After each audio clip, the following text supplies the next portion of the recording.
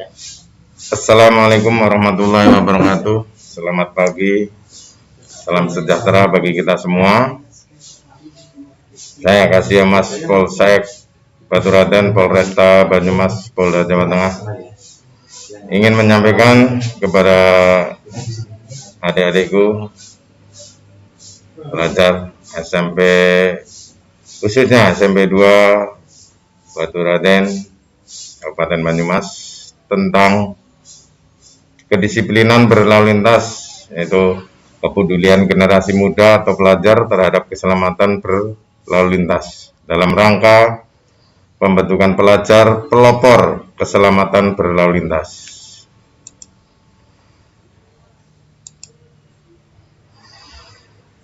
Sebagai pendahuluan, dasarnya Undang-Undang Nomor 2 Tahun 2002 tentang Kepolisian Negara Republik Indonesia, Undang-Undang yang kedua, Undang-Undang Nomor 22 Tahun 2009 tentang lalu lintas dan angkutan jalan. Maksud dan tujuan memberikan wawasan apa dan bagaimana tata cara berlalu lintas yang baik, benar, dan berkeselamatan. Yang kedua, membangun pemahaman terhadap etika dan budaya tertib berlalu lintas. Tujuan membentuk karakter manusia yang memiliki etika, disiplin, dan tertib berlalu lintas. Yang ketiga, untuk meminimalisir fatalitas kecelakaan lalu lintas di jalan raya. Yang ketiga, menekan angka kematian anak usia produktif di jalanan. Sedangkan untuk latar belakang, tingginya angka pelanggaran berlalu lintas, tingginya angka laka lantas atau kecelakaan lalu lintas, selanjutnya korban meninggal dunia di antara adik-adikku pelajar. Selanjutnya, pelajar di masa depan adalah harapan bangsa. Nah, untuk menanamkan kesadaran disiplin berlalu lintas bagi kalangan pelajar. Ini sebagai faktor-faktor penyebab pelanggaran sehingga menyebabkan terjadinya kecelakaan lalu lintas.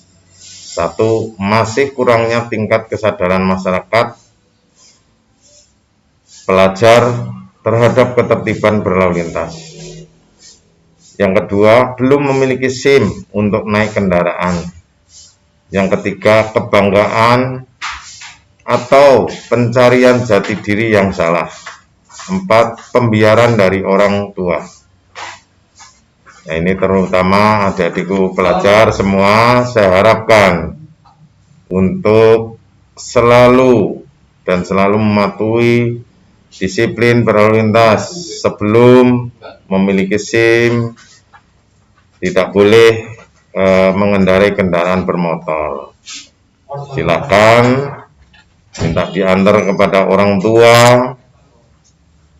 atau saudara yang sudah punya SIM, sudah dewasa, dengan lengkap mematuhi aturan berlalu lintas, menggunakan helm dan lain sebagainya, sehingga adik-adikku sekalian selalu diberikan keselamatan, selalu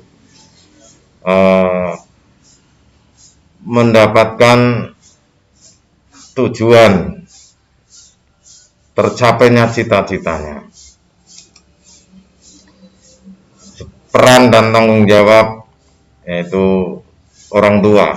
Nah, ini orang tua sangat berperan dalam hal pengawasan dan pembinaan terhadap anak, khususnya dalam lingkungan keluarga. Yang kedua, memberi tauladan kepada anak tentang budaya berlalu lintas. Yang ketiga, tidak memberikan fasilitas kendaraan bermotor kepada anak pelajar yang masih di bawah umur. Ini sangat membahayakan. Nah, kami harapkan, kami dari kepolisian menghimbau, mengharapkan peran serta dari orang tua yang sangat-sangat dibutuhkan untuk memberikan shauril tauladan terhadap anak-anaknya. Apa dan bagaimana anak tersebut tetap bisa belajar dengan baik, tidak terganggu, tidak membahayakan, sehingga tercapai cita-citanya nanti kelak. Nah, yang kedua, peran serta dari Bapak Ibu guru. Yang pertama, ketegasan dalam penegakan aturan di lingkungan sekolah. Yang kedua, reward and punishment terhadap bagaimana memberikan suri teladan terhadap anak didik. Nah, ini perlu nanti diberikan contoh mana yang baik, mana yang kurang baik, sehingga nanti akan menjadikan dari anak didiknya sendiri juga akan lebih baik ke depan. Peran dan tanggung jawab yang selanjutnya yaitu masyarakat. Nah, masyarakat sekitar, yaitu yang pertama, kepedulian masyarakat terhadap ketertiban dan etika berlalu lintas yang masih rendah. Nah, ini dibutuhkan sehingga tidak memberikan contoh bagi anak-anak di usia dini atau di bawah umur yang tentunya belum memiliki SIM. Yang selanjutnya, masyarakat sebagai kontrol sosial, di mana semua masyarakat dibutuhkan dalam hal untuk memberikan contoh bagi generasi-generasi muda di bawah umur sehingga bisa tercapainya kedisiplinan berlalu lintas untuk mau mematuhi aturan berlalu lintas. Peran dan tanggung jawab selanjutnya yaitu polisi, yaitu preemptif. Tentunya dari kepolisian diminta selalu dan kita selalu juga selalu yaitu preemptif, memberikan himbauan, memberikan contoh sehingga selalu masyarakat sendiri tidak bosan-bosannya untuk selalu mematuhi aturan berlalu lintas.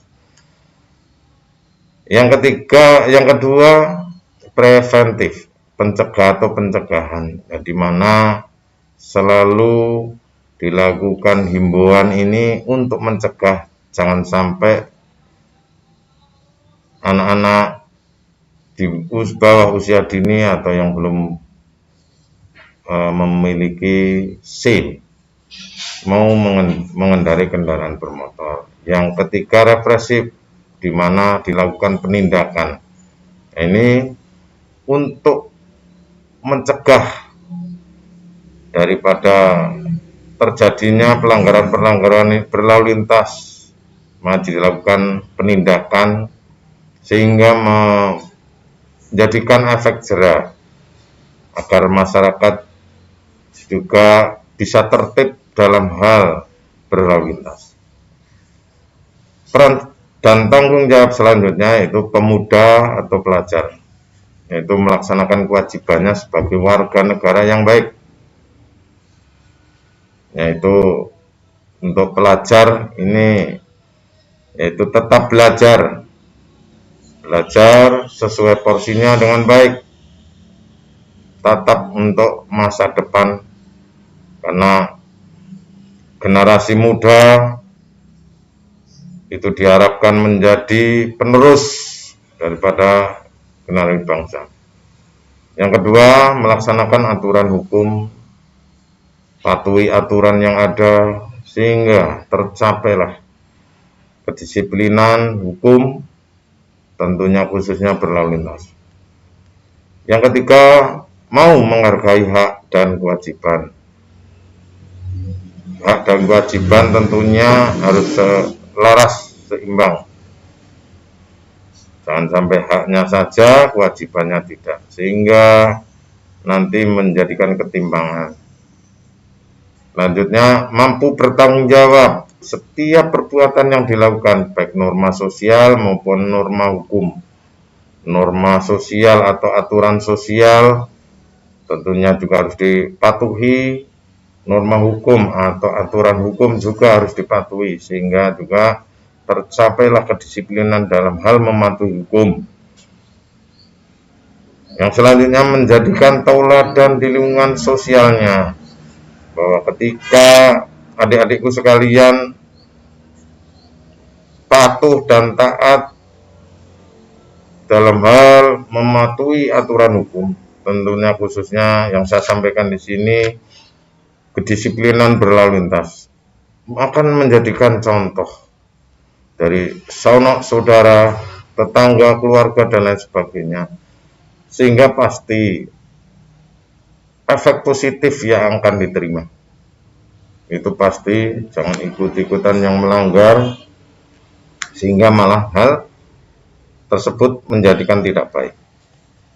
Mari berlomba ikut menjadikan hal baik sehingga menjadikan positif. Selanjutnya preemptif, yaitu melaksanakan MOU dengan Dignas tentang pengintegrasian pendidikan lalu lintas pada jenjang pendidikan anak usia dini. Nah, ini yang dari kepolisian tentunya. Nah, saya sampaikan untuk adik-adikku sekalian dalam hal keselamatan berlalu lintas mengendarai motor. Dalam hal berlalu lintas ini saya harapkan tentunya jaga salah satunya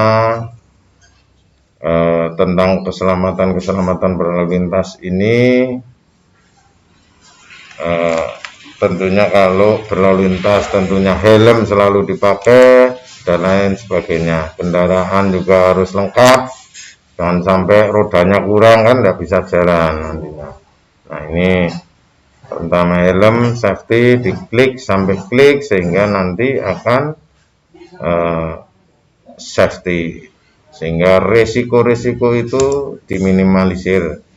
Dan sampai sudah banyak terjadi korban kecelakaan yang sangat fatal karena akibat adik-adikku sekalian tidak menggunakan helm dengan baik, apalagi sama sekali tidak menggunakan helm. Nah, ini sangat fatal karena helm sendiri menjadikan safety-nya organ di kepala, karena kepala pusatnya saraf, sehingga jangan sampai kita menjadikan merugi akibat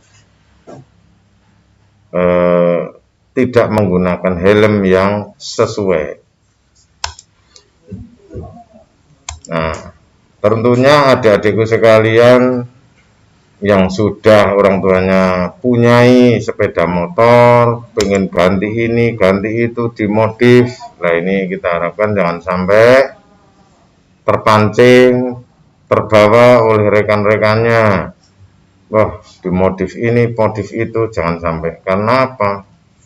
Memodifikasi kalau tidak sesuai aturan, itu akan malah salah. Apalagi menjadikan fatalitas. Salah satu, saya berikan contoh, ban diperkecil. Nah, ini menjadi tren sekarang, anak-anak pelajar memodifikasi kendaraan, salah satunya mengganti bannya menjadi perkecil.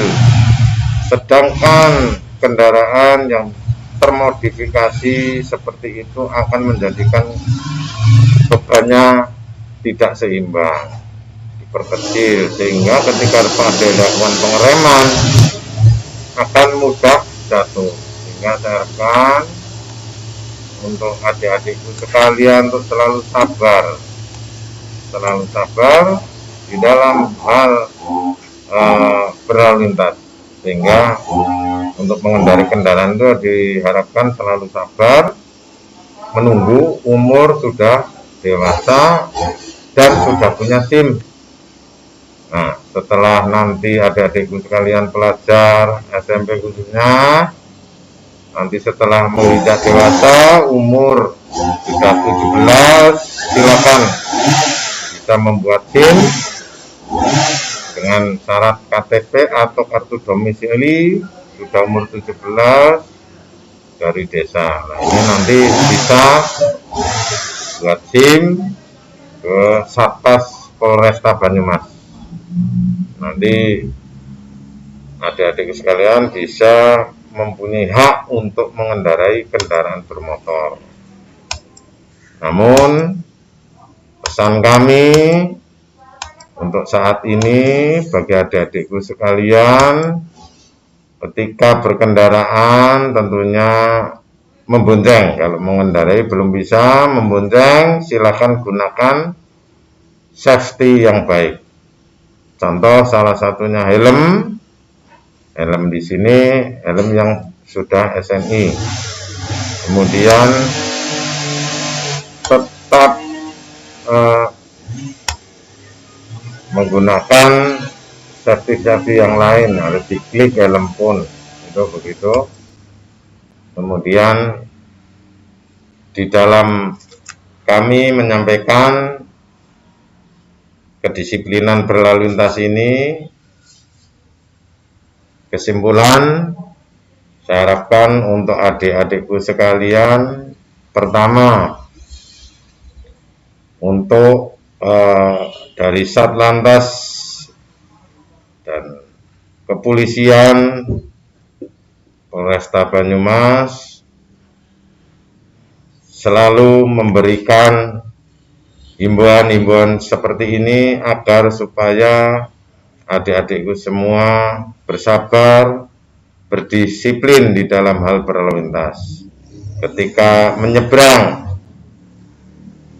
harus pada tempatnya, yaitu zebra cross, karena di dalam penyeberangan dilindungi oleh undang-undang.